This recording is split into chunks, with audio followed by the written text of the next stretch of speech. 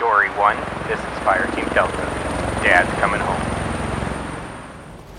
Welcome to the Military Veteran Dad Podcast, where it is our mission to bring every dad home.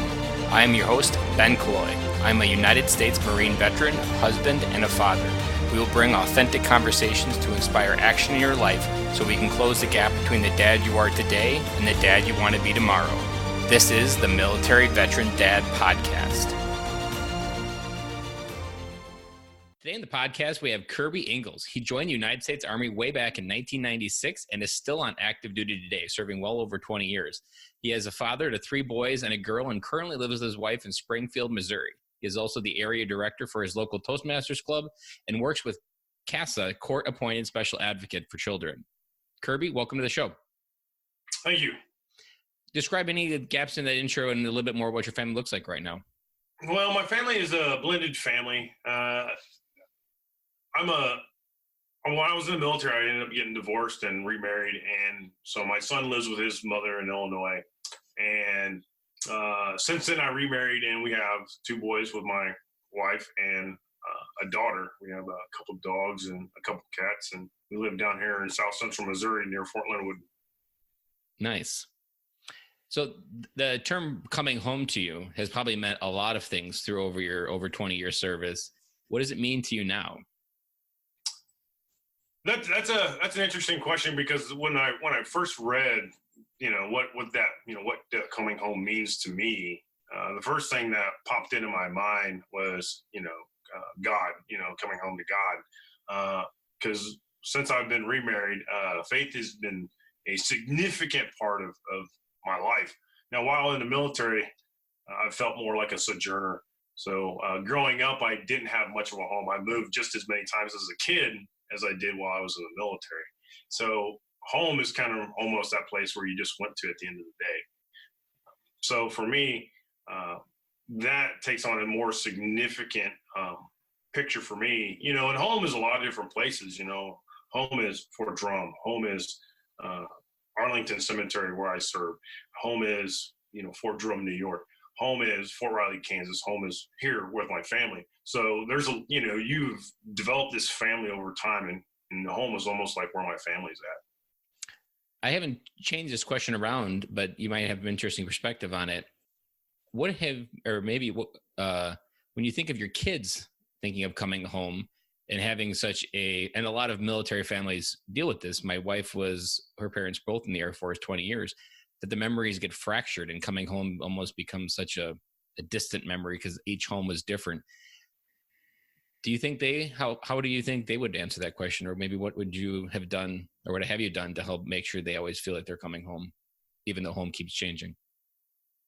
Yeah, that's pretty interesting. My kids have probably only seen 2 changes. My daughter has only seen 1 home, but my 2 youngest boys have seen 2, when we were in Virginia and now here.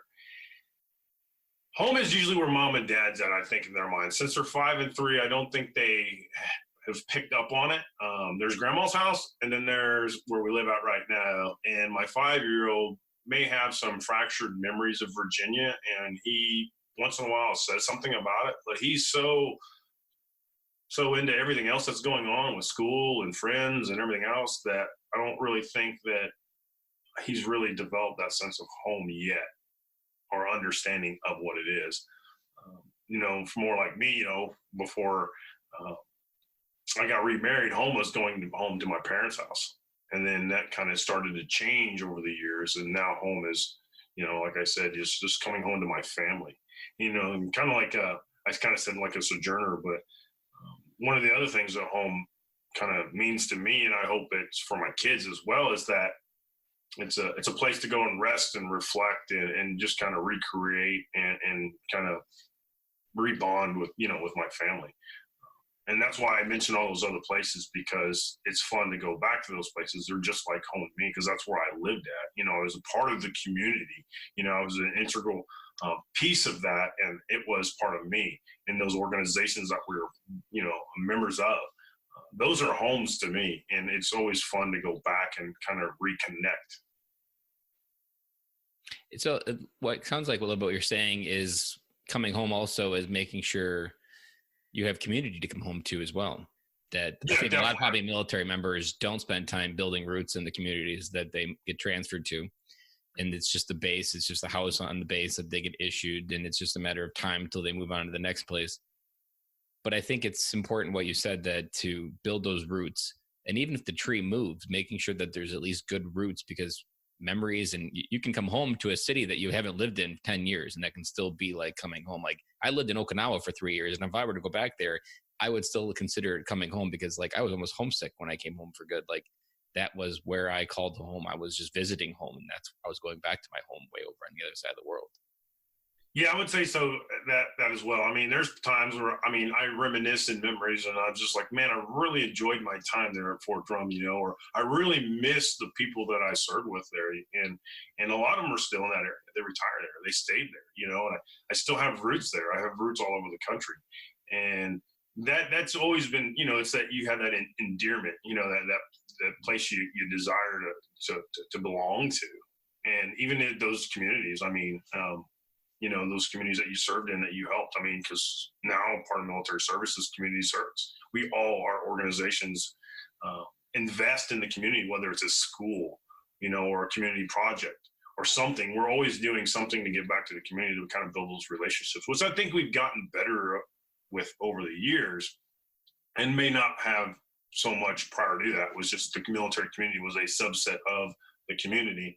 And now then, you know, it's starting to blend together now. Were you always with the community mindset and joining local organizations, or where did that action come from in your life? Did someone model it early on as a mentor?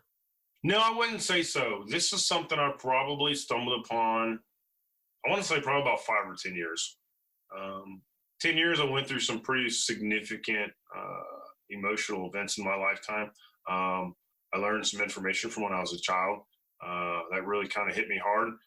Going through a lot of those memories and unpacking some of the history of growing up in a fatherless home, and something that had this burning desire in my heart to do something about it.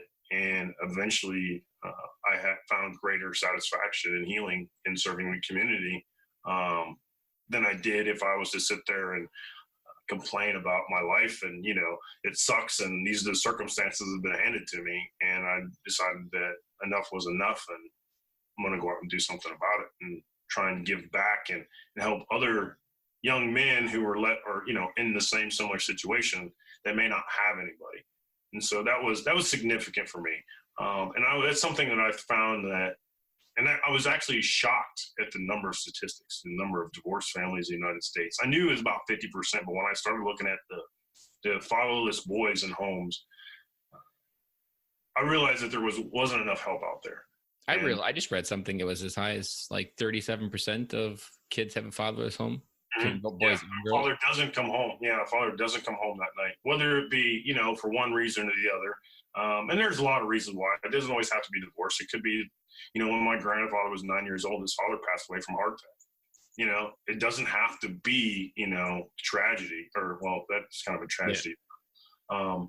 But it doesn't have to be something that, like divorce. It doesn't have to be that. Yeah. I think there's something in there that you're unpacking that a lot of veterans don't tap into, is that a lot of self-healing happens when you start time traveling on your own version of yourself and finding people that are very similar to even 5 years ago of you, and start helping them. Even with this podcast, that was like one thing that I realized, that when I was trying to figure out what to do, the best person that you understand the most deepest is yourself, and just time traveling back to a version of yourself that you wish there was a podcast like this for dads that helped them come home. That's where my mission is, and similar for yours. You time traveled back to a spot where you were like, this is a gap in my life in the past, and I can go back now and help fill it for others.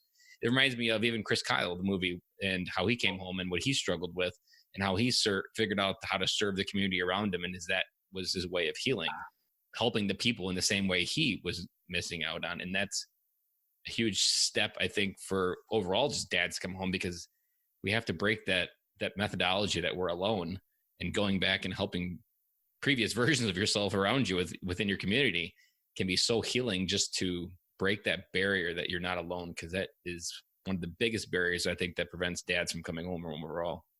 And that's why I like to volunteer for CASA is because those kids, they do feel alone, they've been taken out of a home, that they know, and now they are in this strange place for the first time, and they don't know where their parents were at, and they need somebody to come in there that they can start to build a relationship with, because this is not a short process. This could be anywhere between a month and 3 or 4 years. They could be going through the system, and the only thing that's consistent in your life is that volunteer that shows up, and spends anywhere from 5 to 10 hours a month with them, and that's the most consistency they have. And so, that you, like you said, that piece that where they feel alone. I mean, that's you don't know yourself better than anybody else. Yeah, or yourself that you know the most. And you're the person that knows yourself the best. And when you think about your strengths, your experiences, your weaknesses, that's where I found kind of my purpose in life, and where I thought that I could contribute the most, because I knew what it felt like, and I could walk into that home and be on almost the same level ground as them. I mean, yeah, every experience is a little different, every situation, but at least you have a common ground now that you can work alongside. And a lot of the older boys that are probably like 12 years or older, they're the ones that don't have as many volunteers as willing to work with them.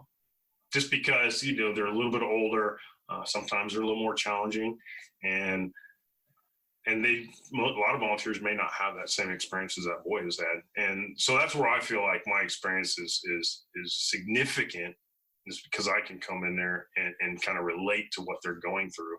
And I understand the amount of patience it takes for one of those kids to open up and kind of start to talk about and digest. And sometimes you just got to be there. You just got to be present.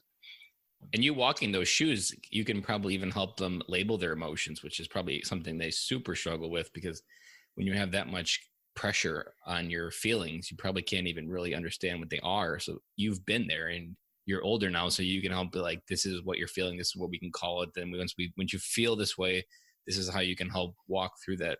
I really love what you're doing. Yeah. I would say that I was a confused child growing up and not understanding what's going on. And, the thoughts that I was telling myself and the things that I was hearing from other people. The blame you were probably going through. Yeah, it was, and it's a significant time in your life when you're a teenager and you're going through these things and you just don't quite understand, why the world's handed you this, plate that now you have to eat off of.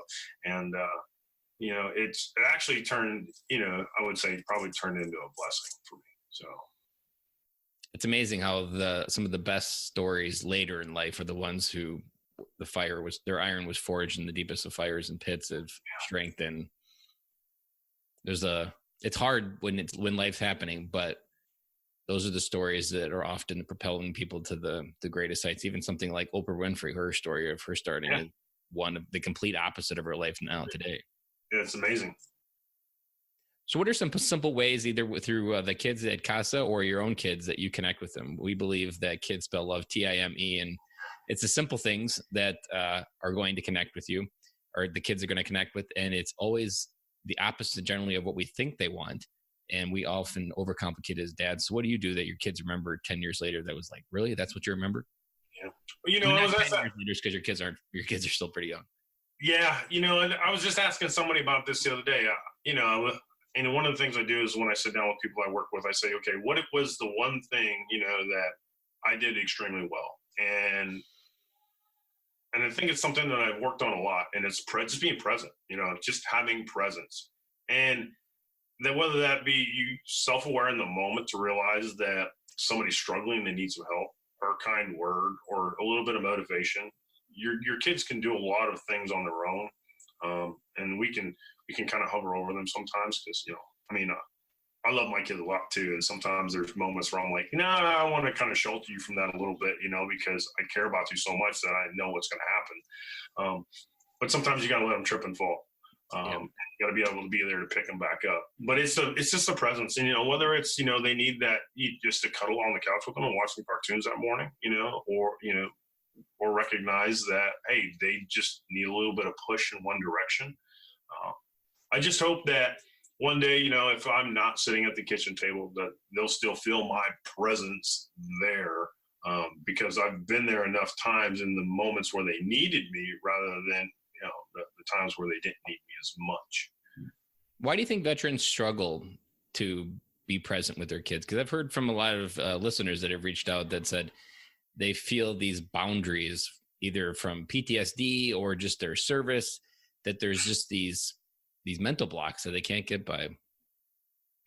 Yeah, I had that for a long time. I remember my first deployment, I completely shut down. I mean, as soon as I walked out the door and jumped on the plane, I was like, I just shut it all off. I was like, and I didn't hardly want to call home because it was a struggle for me, and I just didn't want the distraction or the pain.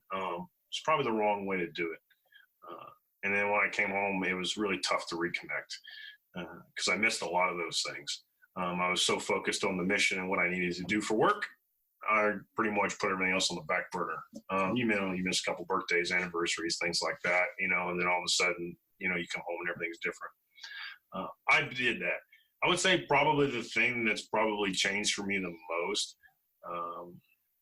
is just this couple significant losses in life for me. And I've realized that how important life is, and I just can't shut myself off to everybody. I read a really good book by Dr. Henry Cloud called The One Life Solution, and he talks about boundaries. He talks about more so creating boundaries with people that will kind of get the bad part of you going. And then there's a group of people that will kind of support you and love you and, do the things that you need to kind of help you move forward. And you gotta kind of have to play that balance. And I think you have to think about those things is who's there, who's going to be present for you, who's going to be there when you need somebody, who's been there for you the whole time rather than, in your glorious moments. You have to keep those people closer and some of the other ones a little bit further away. But I think it's those emotional boundaries that we keep in our head. And I think sometimes while us in the military, we do it to protect ourselves. I just think we have to have that awareness that there's other people out there that need us, in that moment. And it's sometimes, you got to have your time, but then you got to have that time with them. And it's a struggle because your kids need you now. And that's the struggle, and it's like, you may not be having a great day, but for some reason, it's, especially with my wife, there's moments where she's struggling with the kids and she needs me now, and I'm like, well, I'm kind of doing this right now, but yeah. I have to kind of stop what I'm doing and recognize the fact that she's in a struggle and I need to step up and do what she needs me to do so she can kind of collect herself or do what she needs to do. And so she can come back and be the best mom that she can be. Because we all get to those moments. Yep. Have you lost a close friend to suicide in your service? Yeah, I actually have. I've lost a family member, and I've actually quite a few people I've known over the years. It's so much affected me that I actually work and run for an organization called 22 and More. Basically, what we do is we memorialize or keep the memory of a soldier that was lost to PTSD due to they're by their own hand, and we just wear a picture of them in memory of so and so. And the last one I did was Claude C.J. Davis Jr. out of Springfield, Missouri here. His cousin was also a Marine and was lost to suicide a year prior to. And so that family was struck pretty hard. What I'll do is I'll strap the picture, read the story about the family and the soldier or the Marine or airman or whoever, and I'll go out and I'll run in a race or something. And a lot of people in the community, it's amazing. They'll just come by and say, thank you. Thank you for running for, CJ, or thank you for running for this person. And then sometimes you'll get somebody that'll run up next to you and they'll just want to know the story. They just want to hear about it. And it's been healing for me, to go through that process, to kind of to do that and to help this organization out. And, it's kind of helped me get through those moments of where I don't quite understand But, I've also kind of been there myself to where I've had those dark moments in life where, it's been a challenge and a struggle to get through. You think the world's coming down on top of you and you have no hope and lost. And so I can kind of help, bring light to what's going on out there. And I think it's extremely important that, we kind of do things like this to let people know that it's not an easy job and there are people out there that are still struggling. Yep. I was trying to think of the Disney movie name, but there was a Disney movie that came out last fall with Day of the Dead, Mexico. I can't think of it. Yeah, Coco. Coco, yeah. And it reminded me that as long as someone remembers your story, you'll always continue to live. Yeah, there's a good movie I watched recently, and one of the lines in the story of which she was telling her son, you were the story of my life. And so, and that's kind of one of the things I think is important, and I think we'll get to a little bit later as the legacy is like, I think you should tell your story to your kids, because that's important. That helps out with their identity and their understanding of what you went through, and they need to understand that. They need to know that, the sacrifices that you've made, and they need to be able to communicate that. And I think that's what I've been grateful for in my family, is that my family's continued to tell the legacy and the stories of our ancestors. And I've heard these stories and I thought they were heroes as I was growing up. Mm-hmm. And my grandfather was always telling me stories. His brothers and sisters would tell me stories. And I was just mesmerized with just the way they came across the ocean as immigrants in the pre-colonial days, and they fought the American Indian War, and, just all these different things that have happened over the course of the time. And it's just, they were heroes to me. So that's why I think, as long as somebody keeps your legacy alive and talks about you, you're still there with it. Let's dive into that question. What do you want your family's legacy to be? What do you want people to talk about the Ingles and describe them after you're well and gone? Yeah, that's a good question. I would like people to understand that, or recognize my family as is a patriotic family that really wanted to do more than just survive, but to serve, and that my kids appreciate the service of others, and I think that's probably the most important. They were, they strive to be, a good Christian home. We're not perfect, but we put our best foot forward, and then we grew together. So one of the things, I went to this workshop one time, and one of the things we did was we created a family vision, and you do things that are in the home to kind of remind you of this family vision that you have, where you want to go. And one of the things we did was we created a tree, and at the bottom it says the Ingles family. And it says to grow together, and each one of the kids put their thumbprints on it, and and it's just a constant growing family, but we're going to grow together. Our roots are deep, and we're strong, and it's like an oak tree. And so it's that kind of symbology that I kind of hope that people remember my family by, and it's going to go for generations to generation to generation. So it's one of the things I think is challenging in American business today. We have these, and this is kind of where I get this idea at as well. 4 generations ago, somebody started a business. Well, it was handed down to each generation. However, the 4th or 5th generation starts to lose the identity of the vision, and because it no longer is being passed through. We get so far away from the initial vision or the initial reason why we're doing this, and I think that's one of the things the kids are asking a lot today about is why. Why are we doing this? Why do we do this? Why haven't we been doing this? I find it funny that every person who's ever had kids goes through the why stage of between 3 and 4. And at some point, parents have, and even myself, I probably continue to ask why well beyond being stubborn.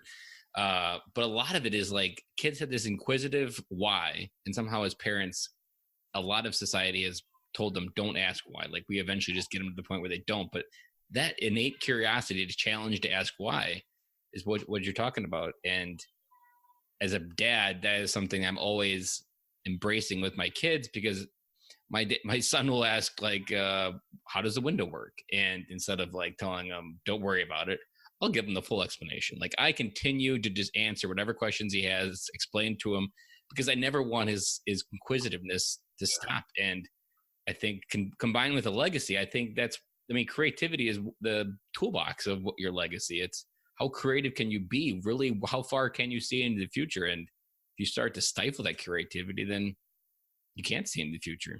Yeah, I think that's one of the things I probably heard a lot when I was growing up was stop asking why, or, leave me alone, and it's like, okay. Don't worry about it. I'm an adult. You're stifling creativity. And I catch myself saying it to my kids sometimes too.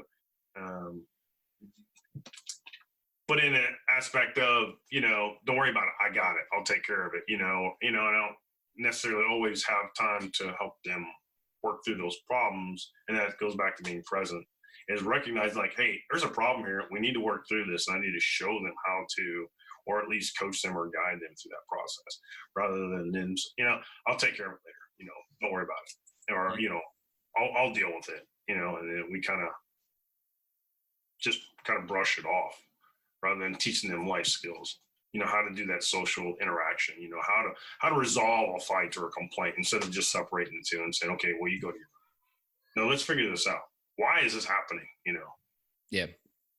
This conversation of legacy we've been having, as I've been doing these interviews, I've been trying to pick the right nut to crack, either through what to do next, where to go with the podcast.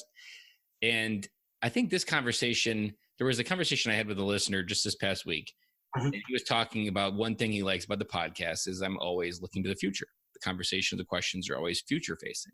Didn't really design it that way. It just happened. Maybe it did subconsciously, but never consciously. And part of the transition in those boundaries, and maybe this is why, like, we spend almost all day trying to make sense of the past and our service and that legacy of our service, trying to figure out, was it something we can be honored? Was it honorable? Did we do everything right? Why did we lose those guys way back then? Why did our friends have to die? And we never transitioned to a forward facing legacy, which is our family, or even just any forward facing legacy. Like, really, like, there was something I've had this idea that our legacy is our service is our service. That's it. Once it's over, it's done. But the legacy that is continuing to grow into that you plant seeds in a garden you never get to see grow is your family. And I think, which also allows you to realize that the presence is where that legacy is planted. Like, the things you do every single day, you're planting 1,000 seeds a year in a garden that you actually have no idea which ones are going to be the weeds and which ones are going to be the flowers and where they're going to grow. And that transition maybe is something that we need to talk more about in the podcast, because I think that mental switch towards the future, forward facing legacy could be something that really helps dads make that transition to find purpose again, which is what most of us are lacking, because we lost that purpose when we transitioned. Yeah, thinking about forward facing. So that was one of the things that I thought about a long time ago. So I wasn't always going to stay around for this long. There's probably a couple of times in my career where I thought I was going to get out. And then I started thinking about what I wanted to do with life, what I wanted to do, because I didn't want to do what I'm still doing now, and what kind of legacy that I would have. Because there's a guy, I'm trying to think of his name off the top of my head. I got it right here. Well, it doesn't say on there. But he ran the event. It's called Family ID. Greg Gunn is his name, actually. And he started talking about this thing, vision. And I really didn't think about vision as much until I met this guy and went to this family workshop. And basically, it's for families. And you sit down and you create, this vision, this mission, and purpose, and you come up with family values. And I was like, okay. And he always talked about legacy, and so it kind of just captured me, because he kind of got it. It's not this boring corporate vision you see on some wall. This is about your family, and this is creating families rather than just kind of, lukewarm. This is creating nuclear families that are on fire and that are getting after it and getting things done every day. And it's going to be whatever you want it to be, but this is the legacy that you're going to pass down, and it's going to live generation after generation after generation. So when you're gone, and if you were to come back 4 or 5 generations later, you would still see those values and those things that you instilled in your family continuing to thrive through, because your family continues to pass it through. And so that's when I kind of think of forward facing. And so, like I said, I started thinking about that 10 years ago. And when I first started thinking about getting out of the military, well, the second time probably. But I was like, how was I going to, because I always heard this thing that veterans have a hard time connecting out in the community, because the lifestyle change, the sense of purpose, the bigger mission that they were doing, it's on a smaller level now. I don't necessarily think that has to happen.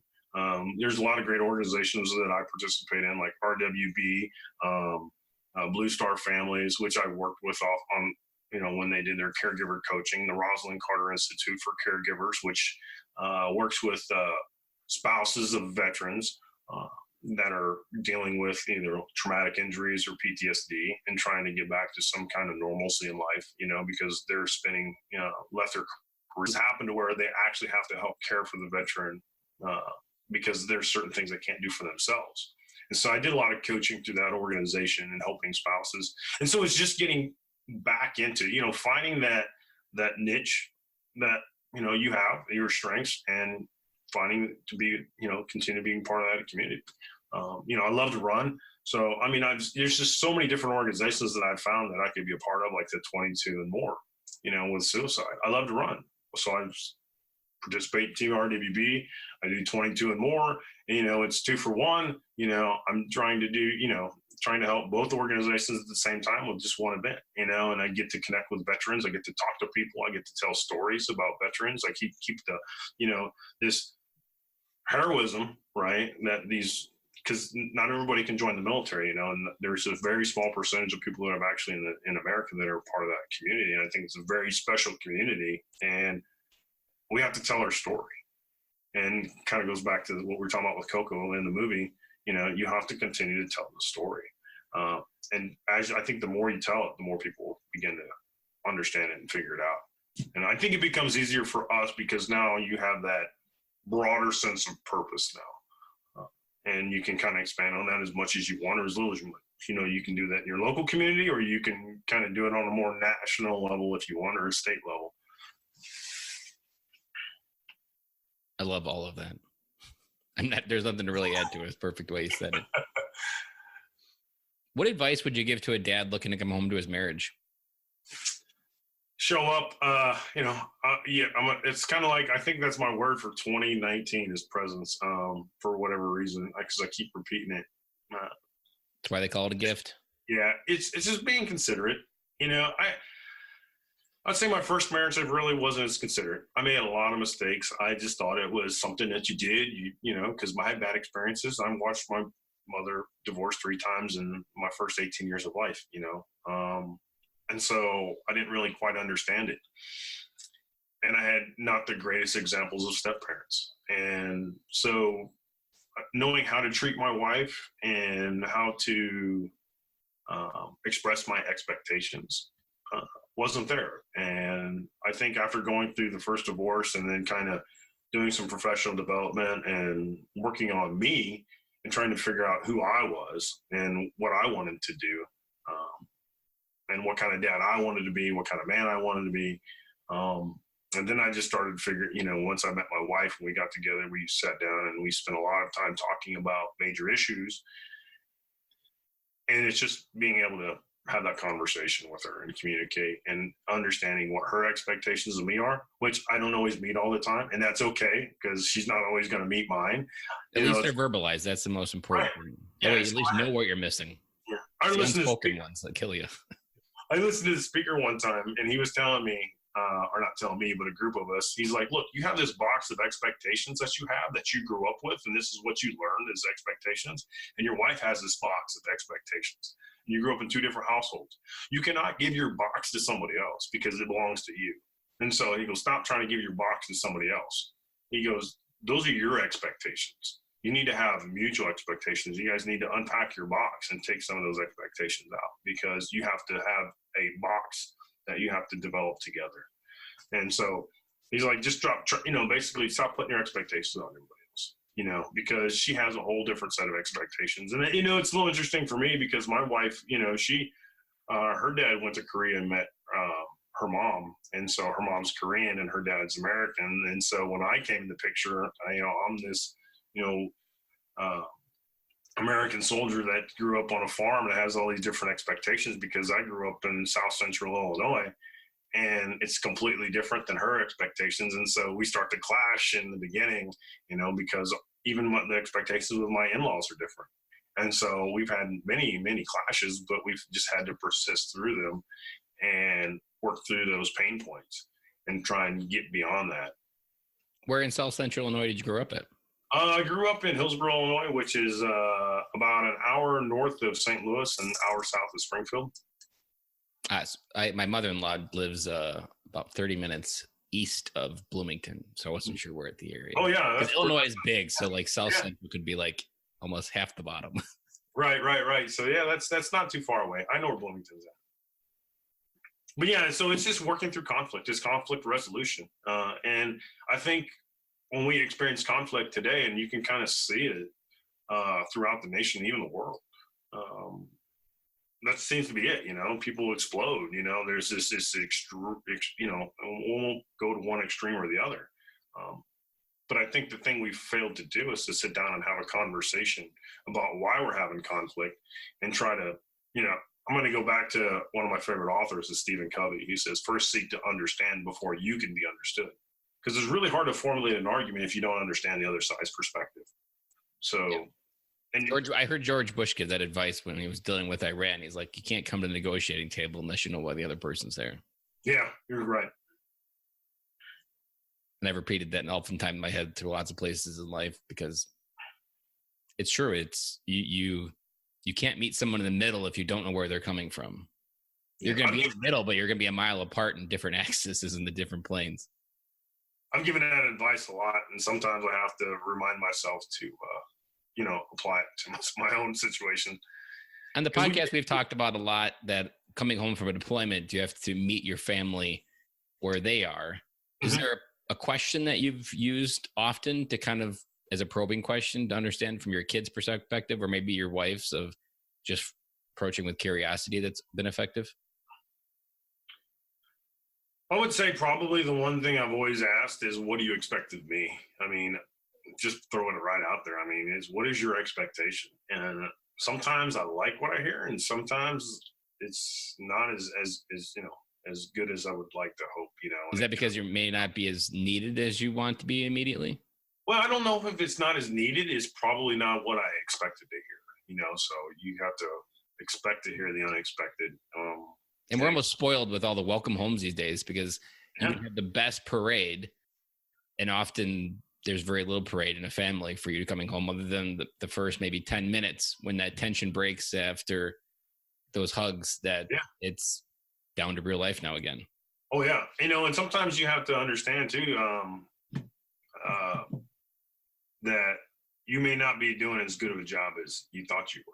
Or things may not be as good as you expected them to be, or what you imagine them to be. I mean, I know we've had those conversations before where I'm like, I thought everything was going good. And they're like, no, it's not. And I'm like, well, this is the story I've been telling myself. So, so that's where the communication comes into is what are your expectations? How do you feel about things? Where are we at? It's always good to sit down and have those conversations from time to time.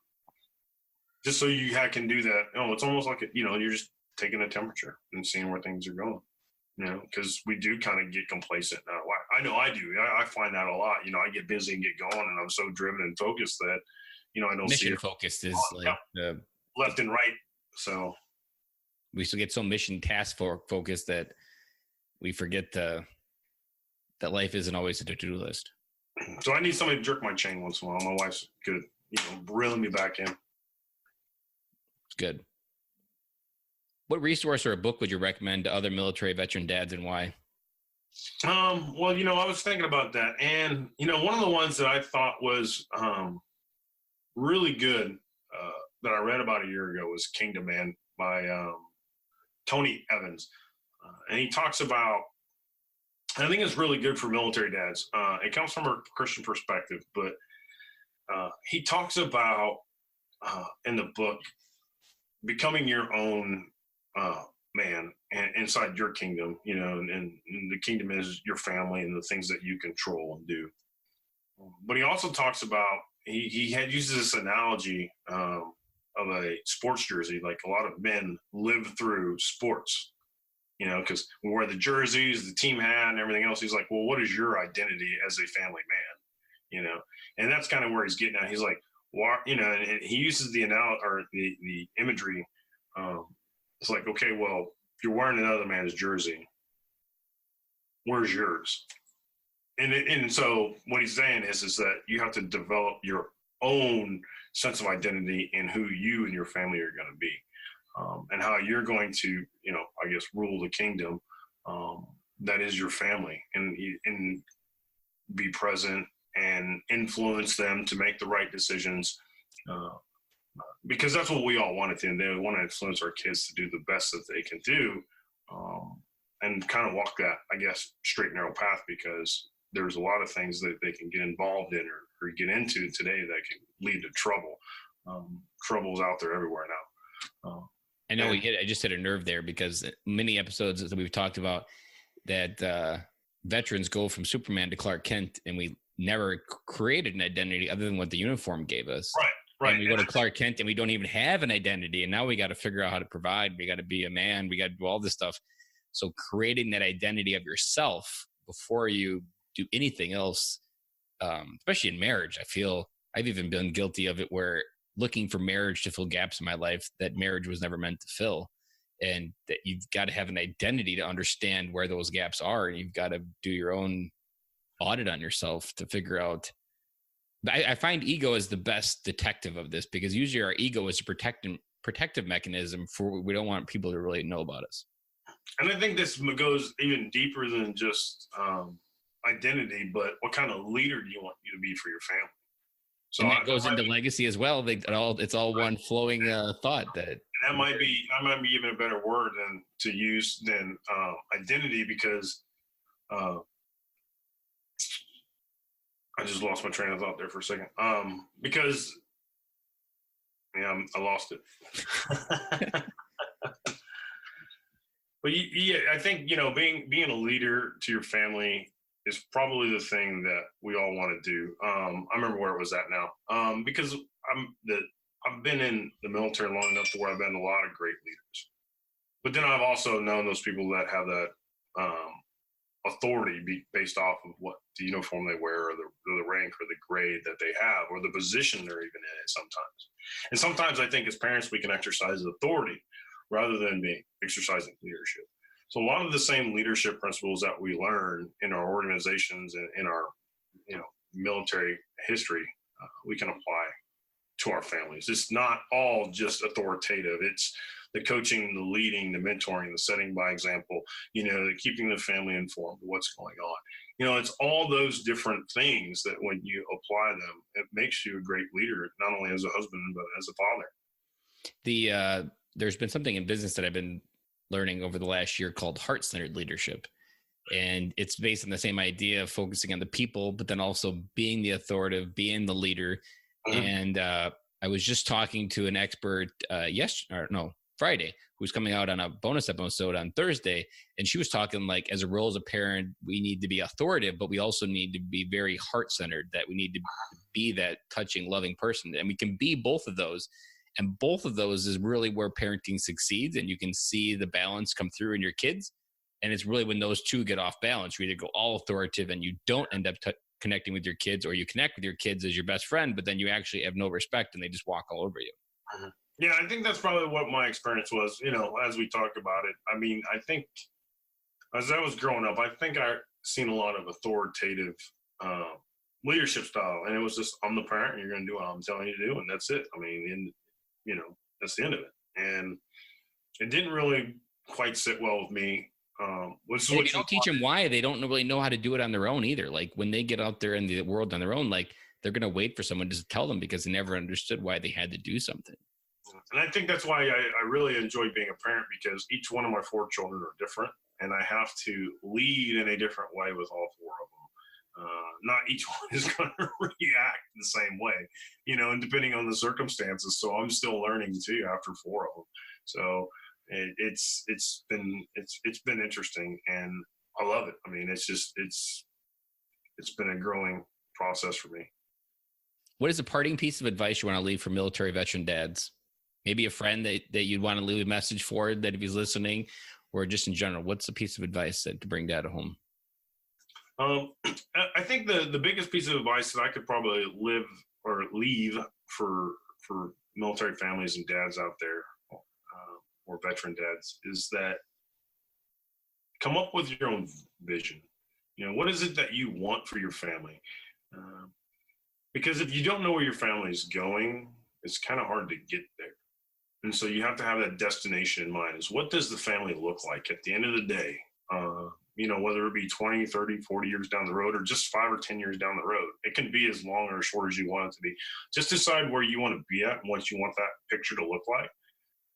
And then you can get everybody going in the same direction, rather than the opposite directions, because that's kind of how we do it, today in the society that we're in, is we're all going different directions.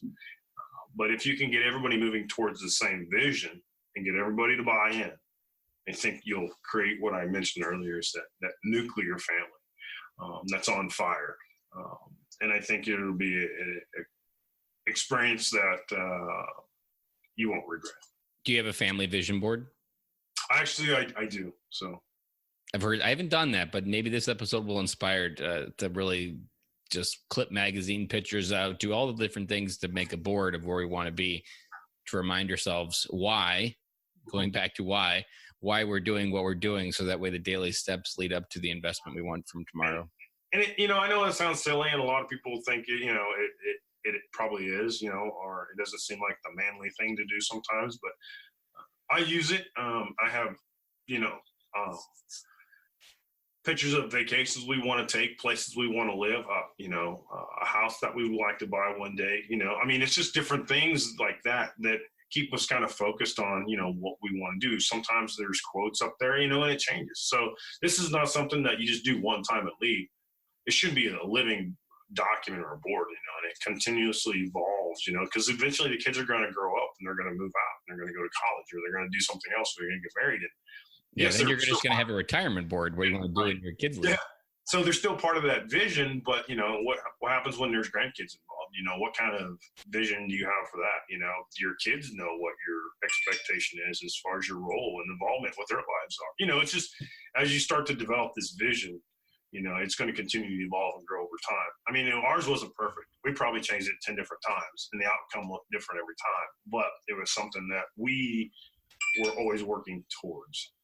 So, I love that. And there's a lot of psychology out there that points to your brain, even just seeing what you want, it will automatically start subconsciously, without you even realizing it, making those small course corrections to get there. And if you don't have that on, society is designed to be on auto repeat and continue to do the same routine. So you need those things to interrupt that drift to get back on course where you want to be, even whether it's a difference between ordering $100 stuff on Amazon or looking at your board and be like, oh, we really want to go to Walt Disney World, and not having that thought is going to make you spend $100 on Amazon. And then you wonder, well, why didn't we go to Walt Disney? Oh, because I wasn't constantly having that subconsciously put in my brain. And it's like The Secret movie, that whatever you conceptually remind yourself of daily will happen. I've always liked the story of Jim Carrey, that before he became famous, it was like 1991. He wrote himself $1 million check and dated it 10 years in the future. And that was his reminder to conceptually move towards life where he could cash $1 million check 10 years from then. And it worked. Like he's got a lot of good stuff out there from his story of where he came from and what he did to get where he's at. And it's easy to think that he's funny and how he's got there, but he had to do the hard work like everybody else just to get there as well. And to get there. It's good stuff. I think Brian Tracy, maybe John Maxwell, and a couple other motivational speakers and things like that I've listened to over the time. I think they've all bought into I'm going to write my goals or my priorities for the day on a 3x5 card, and they carry it around with them all day. So they're constantly using that as almost like a guardrail, almost like the bumpers in a bowling alley that you. I was thinking the same thing. So it just keeps you on track all day long, you're going to veer to the left and veer to the right, and things are going to come up and they're going to try and drag you away from what you're supposed to or you're intended to be doing. It's what can you set in place to remind you that, okay, hey, and I would go back to Stephen Covey is, say no, if this is not on my list of priorities, then it's an easy no.